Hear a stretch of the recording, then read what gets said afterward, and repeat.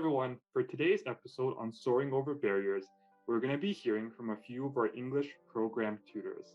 I'm Nikola, your host.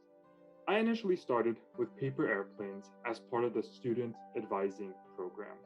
Now, I am one of the podcast hosts, and I'm also an English program tutor myself. There are many barriers people around the world might face when teaching English to those that are refugees or from conflict-affected areas. These include language and cultural barriers, just to name a few. Have you ever wondered what opportunities exist that set up tutors from around the world for success when tutoring refugees and those affected by conflict? In today's episode, we will get at exactly that, and we are going to discuss what an English program tutor with paper airplanes is really like. It is my pleasure to have Claudia and Ariel here, who are both English program tutors, here on today's episode. Let's get started with some introductions so we can get to know both of them better. Ariel, could you start us off with your age, your education status, current employment, and how long you've been tutoring with paper airplanes? Sure, thank you for having me. So, hi everyone, my name is Ariel. I am 20 years old and I'm a student at university. I'm studying anthropology with a double minor in Spanish and social justice theory. And I have been tutoring with paper airplanes as English program since last spring, every semester since, so I have a few semesters under my belt. Amazing, and we're so happy to have you here today. And Claudia? My name is Claudia. I am, as of yesterday, 58 years old. I'm going into my third year now with paper airplanes. I am a retired college instructor at this time. Awesome. Belated happy birthday, and so happy to have you here today. So to really start us off with some questions, how did you both hear about paper airplanes and what really made you decide to want to join?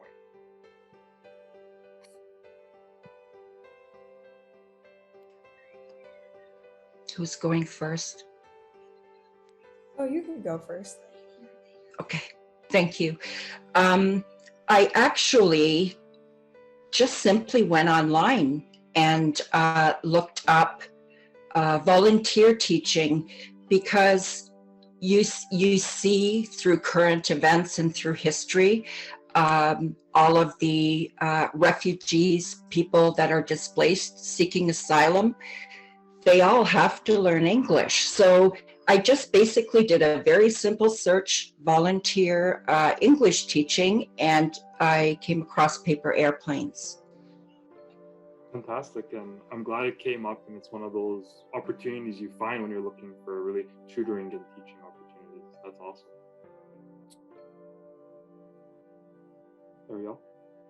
So, I heard about paper airplanes through my university program that I'm a part of, the Ozanam Scholars Program, and I really became interested in paper airplanes because prior to this experience, most of my tutoring experience in the past has been tutoring usually children like elementary school aged in person in schools.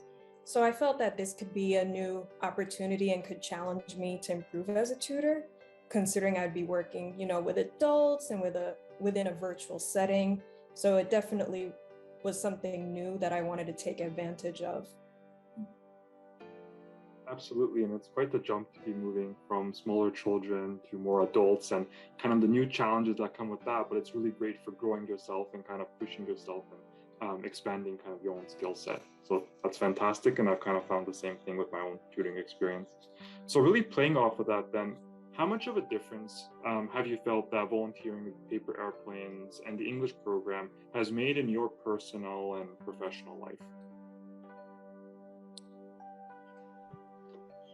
I would say it has given me much more motivation, in that it's amazing to have one-on-one connections with the student. Now we see horrific videos sometimes in the news people who are handing their children away just for a chance of safety. I want to be there for that child when they need to learn English. Because some of our students are the people that you do see that are fleeing their country. So not only are they living in a strange country, but they're mostly away from their families as well. And that gives me great, great motivation.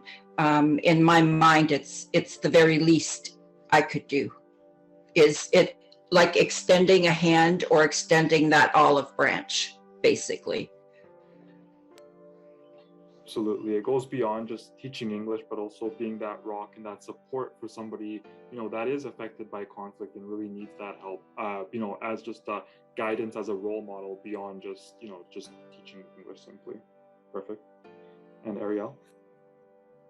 Yeah, so I would say that tutoring with paper airplanes has helped me definitely in both my personal and professional life.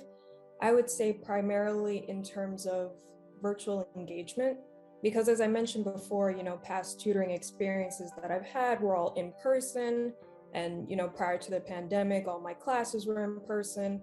So shifting with paper airplanes and learning how to engage with my student online, even though we're in two separate spaces, was something that I really appreciated, because it encouraged me to think creatively about how to connect with my student, considering they're not right next to me. So that's definitely a benefit that's helped me in school and with research and other things. Definitely, yeah. Again, the adaptability of the virtual environment and kind of navigating that, thinking of ways to really engage your student, because the virtual environment can be difficult, and meeting through your phone or through your computer with very different time zones, but really making that connection. I think it's even more powerful sometimes if you can make it through virtual settings and really adapt to those conditions. Absolutely, and I felt the same way tutoring myself. So again, just another question I have leading from that then is, from your own perspectives and working with your students, how much of an impact do you feel you've made on their lives? Well, I could start off with this one. My student actually told me last spring that she's actually grateful to have me as a tutor, because past experiences where she's, tried to learn English and receive assistance that way, she was learning from somebody who maybe wasn't fluent in English themselves or wasn't as well versed in English. So she said that she ended up having to almost unlearn a lot of things that she had learned. So she was happy that, paper airplanes allowed her to learn it, this time correctly and in a strong manner. And also it's a place where she's able to learn. She's very eager to learn, and this is a space for her to do so. Absolutely, totally agree with that. And I like how the curriculum for the English program is divided into different weeks with the materials prepared, and it's very much made in a way that can really lead your student through different skills in a logical order, so they can really learn English properly and make sure they're developing those skills, so they're not getting frustrated. They're really learning and progressing through the levels and improving their English skills overall. Definitely. And Claudia? Actually, I have had a similar experience to Ariel's, and that my previous student said the same thing. He said that he really appreciated the way I taught him, because he was very serious about learning, and somehow the way he was engaged or encouraged, he did very well. I was with the student for 2 years, I think. So seeing and remembering what he sounded like when I first met him, and at the end, he never had these pauses during completing sentences the way he did at the beginning. And this is a man who not just has one degree, but several. And our students also quite often have to learn the language of the country they're living in at present. So I feel my job was to make it as easy as possible, and laughter, never anything too serious. We always have to find a reason to laugh and make it enjoyable. Absolutely. Wow, that was amazing. And some of those things you brought up, just to echo them, I think that we have to keep in mind sometimes these students are learning 3 languages, like you said, not only having known their primary language, but having to learn English, but also the country where they're currently living in. And that's quite a challenge to be, having that language you have already, but also learning 2 languages simultaneously sometimes. And also keeping things light and fun, I think, is such a big part of it. Making sure students aren't getting frustrated, making sure that things are still fun for them. You're progressing through the lessons and everyone's enjoying their time. Definitely. Another thing I want to get into is working with refugees and conflict-affected individuals is interesting because not everyone has the same or experiences or similar experiences working with them. So what are some misconceptions you had going into this program?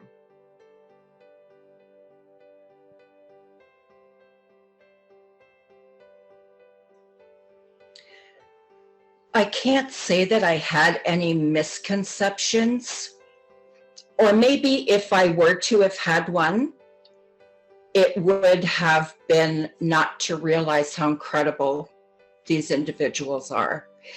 They are so eager to learn that sometimes they only have a cell phone.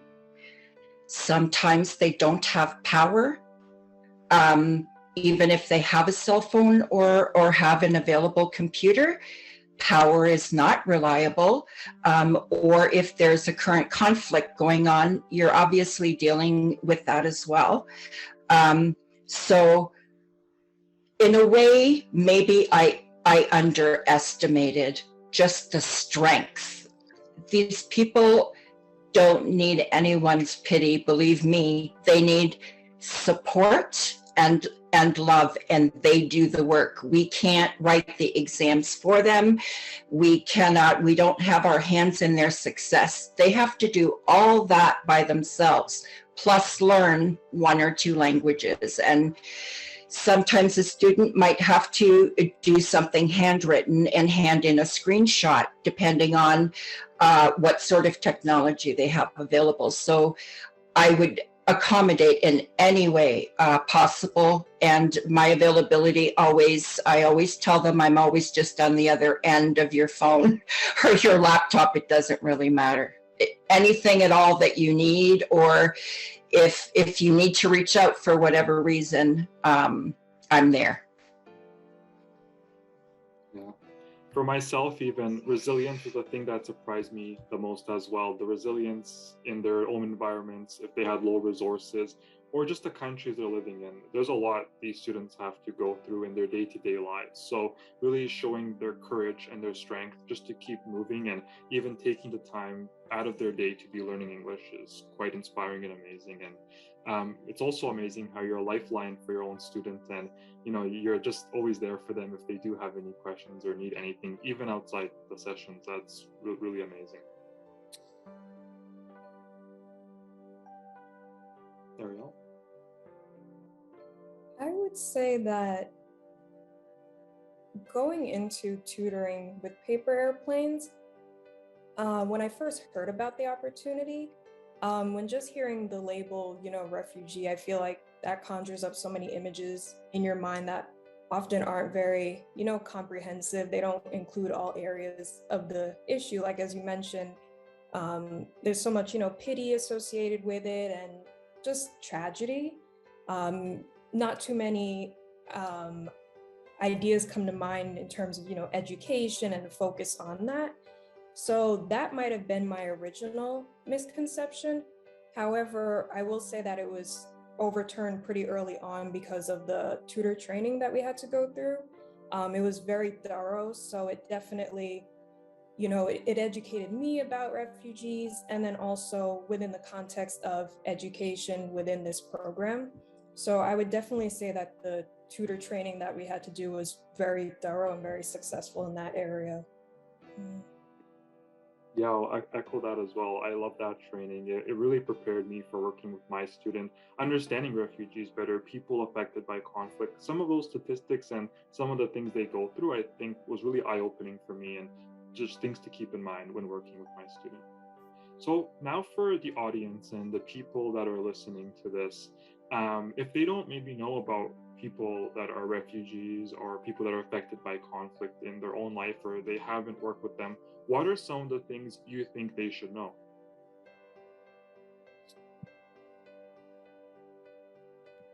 I would suggest that they be patient and understanding, and be flexible, because circumstances will arise that potentially may affect, students' performance in the classroom. And I would advise tutors to not take that, personally as like a failure, personal failure as a tutor, and also not to use that to like judge your student's performance as a student, because those circumstances, are out of their control, and it wouldn't be fair to label them as, say, a bad student because, they couldn't submit their homework or they couldn't complete an assignment on time. So I would just say to be patient, be understanding, and know that different things may arise, but, students are eager to learn, they're very excited, and just create a classroom environment that supports them in the best way possible. Absolutely. I think you touched on some great points there with the patience, understanding, really going into empathy, putting yourself in the student's shoes and understanding sometimes what are some of the challenges they're going through, and seeing that maybe because they can't meet a certain week, that's because of external factors and not because of a fault of their own. I think that's such a key part of this program. And Claudia? I totally agree with both of you. I have, in fact, my previous student also was going to university and working and in the process of getting married. So if there was ever an issue because of that, what I would do is I would send him a folder with the assignments inside and tell him, please work on these when you can and submit them when you can, or let me know when we can go over them together. But yes, understanding where, it can't be hard to imagine what it must be like to be torn away from your family and living in a completely different country with different languages. So yes, empathy, but we also have to go out of our way to understand their culture, and what their perspective is, where they're coming from. They are not raised the way people are in North America, and we owe it to them to understand, learn their culture, and also learn their languages. Totally. And, going into any kind of tutoring thing, I think that cultural competency you're getting at is so important. Really knowing who the student is, understanding a bit of their background is a really key part of that tutoring experience. And it makes for someone that's a good tutor, which is a nice segue into the next question. So for those potential tutors listening to this episode, what do both of you think makes a good tutor? What are those skills, those traits that make somebody what you would consider a good tutor?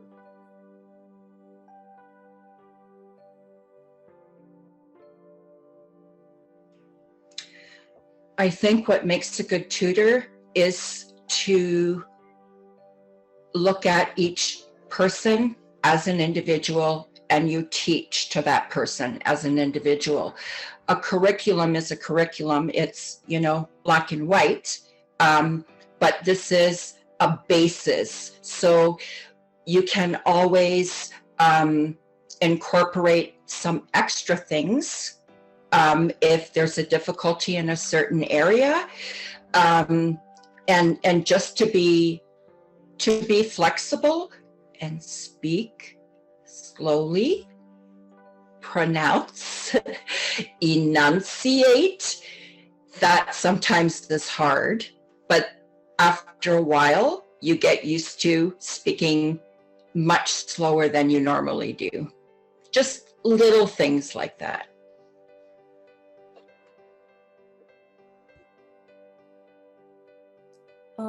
Actually, I was going to say something pretty similar. I would say tutors should listen to their students and also be observant.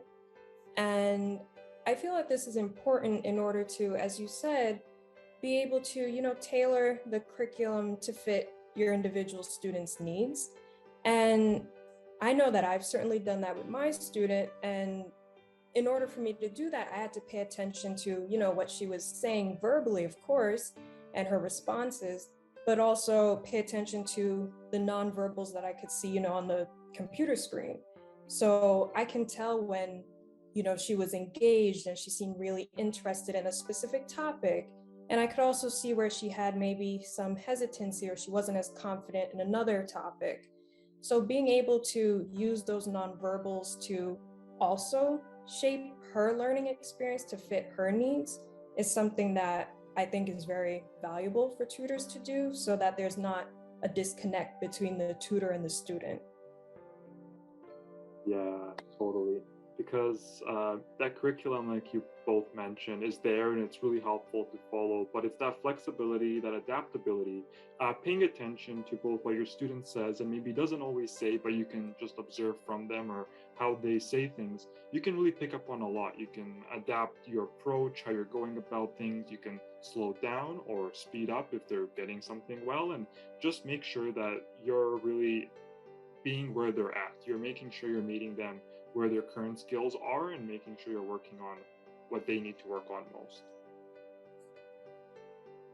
So through our discussion so far, we've heard of some barriers your students might face, from technology to language to culture. So what kind of barriers have you really experienced when working with your students?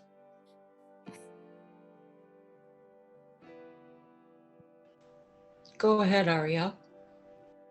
Okay, sure. I would definitely say technology for two reasons. The first reason, like internet connectivity issues, it's not always stable. It might cut out at times. But my student and I have worked up, like solutions to figure out how to overcome that, whether it's, if the audio is not coming across so clearly, we'll use the chat. If the call drops, I just tell her, just call me back as soon as you can. It's no big deal. If not, we can reschedule this for another day. And then also, as I had mentioned before, most of my previous tutoring experience has been in person.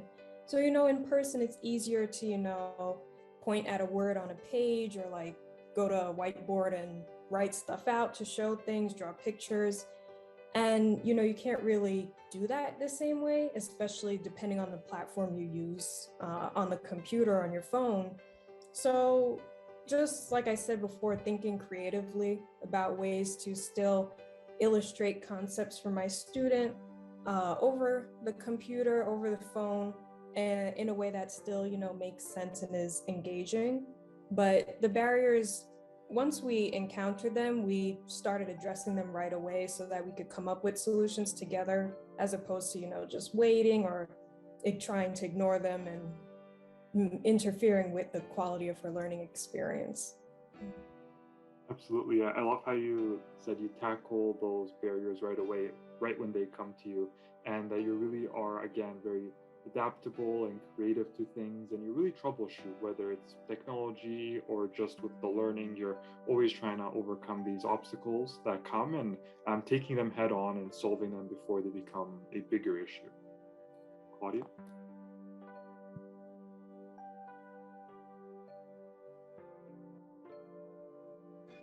Absolutely. I agree with that. And every case is different. Every student is different. So it's like you say, the technology. So we as tutors, and I know Ariel will agree, we are ongoing learning just to be able to give the best quality of teaching to our students. So that means constantly learning about new technology, new platforms. And it's like Ariel said, we can't just stand up at the blackboard and quickly write something down or on a whiteboard, but some of that technology is starting to be built into said platforms. And we must always be tech savvy, always, in order to be as fair as possible to the student, to get the information clearly for them to be able to complete it, return it, so that an assessment can be made.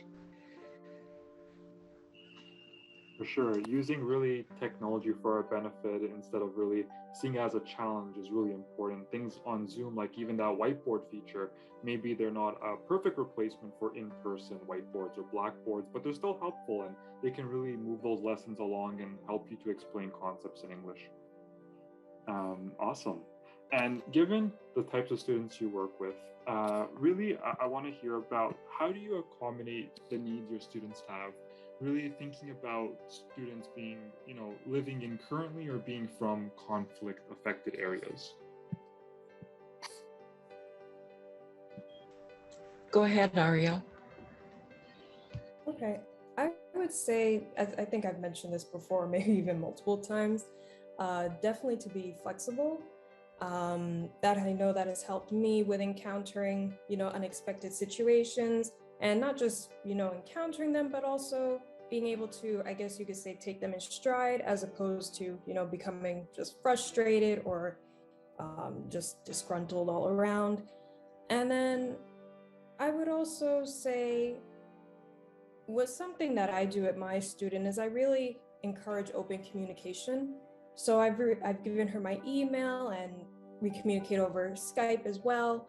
So we have multiple communication channels open, so that should an issue arise or should there be something she needs to tell me, or even if she wants to ask me a question related to a lesson or some English concept she's encountered outside of the lesson, just to communicate that with me.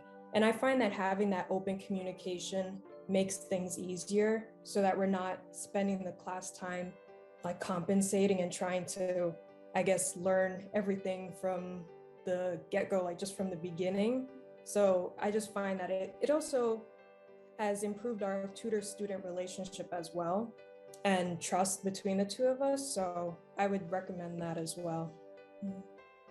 Totally on the same page as you there. Sometimes that time and effort put outside of lessons can really make the lessons much more efficient, and really knowing how to best support your student. And Claudia? Absolutely.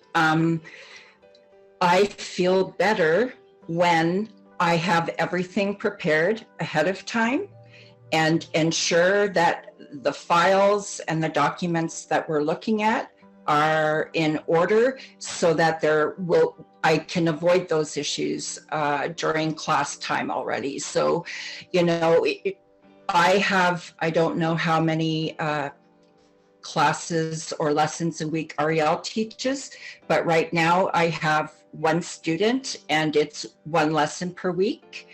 And so we already know that. We've established it's exactly like Ariel said. We have this open communication, so my student knows what I expect from him, and I know what he expects from me, and he can anytime ask any question about anything at all. Another thing that I just wanted to quickly mention is I'm also an immigrant. I was not born in Canada. And so maybe I remember being a child and not being able to speak English going to school, okay? What happens then for young people is they wind up teaching their parents English and writing things for them because they can't speak English. And in my own community here, I try to reach out to people to encourage the English learning, because sometimes the older members of the family, they continue just to speak their own language and associate with people who speak their language. And I think just they should be encouraged more to be able to speak the language. If you have a phone or a computer and you can read, you can learn anything, no matter how old you are.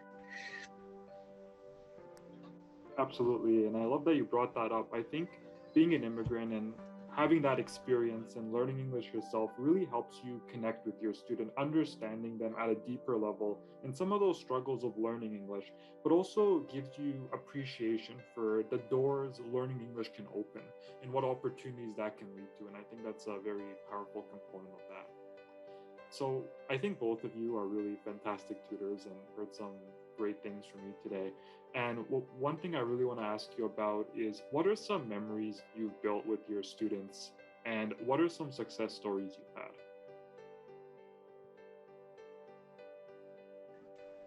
Go ahead, Ariel. I would say,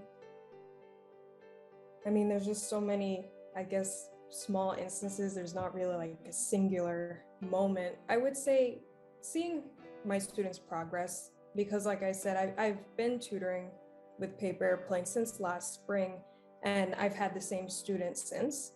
So I've been really able to see the progress that she's making, and I feel very proud of her for that. But I would say that maybe starting last semester and especially this semester, I noticed that she's more confident in challenging me, which is something that I really am very proud of her for. And because it shows me that she's an active participant in her learning. It's not just passive, she's not just sitting there. She's actually, understanding concepts and forming her own ideas and opinions and proposing new solutions to addressing maybe errors that she might have made that are different from my proposed solutions or my tips. So I'm really happy to see that she's confident not only in correcting her own errors, but also in challenging my suggestions as well. So that's definitely something I would say is a series of fond memories. Mm-hmm. Definitely. I think when we all start, we can relate to our students being a bit shy, a bit unsure about what they can share with us or really who we are. And that makes a lot of sense. They don't really know us. They don't have that relationship at the beginning. But I think what you mentioned is a great goal for tutors, to develop a strong enough relationship where they can give you their opinion, where they can even challenge you on things that shows they're comfortable around you. And, they really see you as someone who's a friend that they can really have discussions with. And I think that's a really important piece of that. And Claudia? Yes, I totally agree. My previous student, I'll just name him by the first letter of his name, T, he will know. We had so many silly things happen. For example, on WhatsApp, usually before class, he would text, "Are you ready?" Or I would text, "Are you ready?" And we would meet on Skype. One day I get this voice message on WhatsApp. "I'm so sorry." And he's out of breath, and "I'm outside. I can't find my car." And I'm like, "Oh, what? So this is what happened. His car got towed. And in that process, it was damaged a little bit. So I asked him, I said, "So tell me, was there a sign there that said no parking, or that you couldn't park there with your car?" And he said, "Yes." But I parked there so many times before. I will never forget that. It was just, he was so upset and so stressed out. But you know what? No matter what, and no matter what hardships he's gone through, it's always laughter and a smile. And the current student that I have now, I'll call him M. He is learning English and another language at the same time, plus working. And also, they both had COVID and still came to class when they had COVID. So let me just say that. So they're very, very eager. There will always be a reason to laugh. You know, there will be that one thing 20 years from now, I'll just start laughing and no one will know why. And it'll be just thinking back about the things and the memories. Wow, those are some really great memories and really funny ones. And I think it's really a testament to your own efforts to make things fun and positive and really keeping that optimism as part of those sessions. I think, again, that's so important.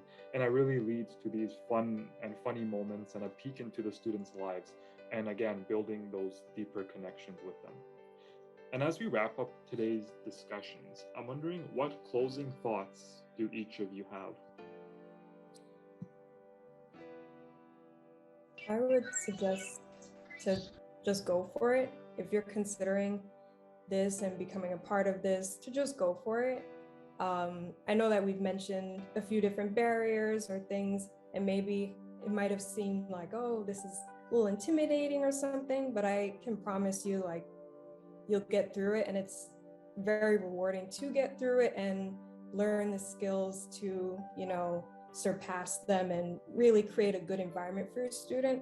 And I would just say it's such a rewarding experience, honestly, especially in my opinion, tutoring adults in English, because I feel that it takes, you know, a certain level of strength and commitment to learn a new language, especially at an older age where people may say, oh, it's too late now, or what's the point? So it's really a brave thing for them to do. So you'd really be supporting very brave people here. So I would just say, you know, go for it, do it. Thank you, Ariel and Claudia. Totally agreed. The course is wonderful. They give you a good amount of time to complete it, and it's just completed in sections so that you are familiar with the context of things that are going on in the world. If you want to help, this is a good way, and maybe just a little stepping stone, because sometimes when you start one thing, it kind of, you're planting seeds that will grow. And I will second that these are very, very, very brave individuals. They are true warriors. They want to learn English to not necessarily leave their country, but to help make things better in their country. Or they might be learning English to study abroad and move to the United States or Canada. Every situation is different, but I am proud of any of the students that I have had. And it's like she said, they have to do the work. We don't do the work for them. So their effort motivates us to continue and do the best work we can. Thank you both for those really lovely closing thoughts. And just to reiterate, we had some great takeaways from our conversation today.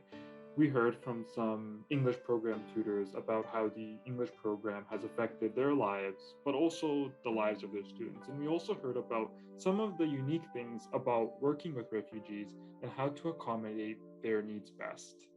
And it was really great to end off some of our discussions there with memories tutors have had with their students. Thank you to everyone who tuned in to today's episode. Also, I want to give a special thank you to Shema, Muhammad, Rama, and Rosa for the work on planning and editing this episode. If you enjoyed the episode today, please like this video and subscribe to our channel. You can find more information, including our website, in the description. Comment below with someone who has been a role model for you. See you next episode.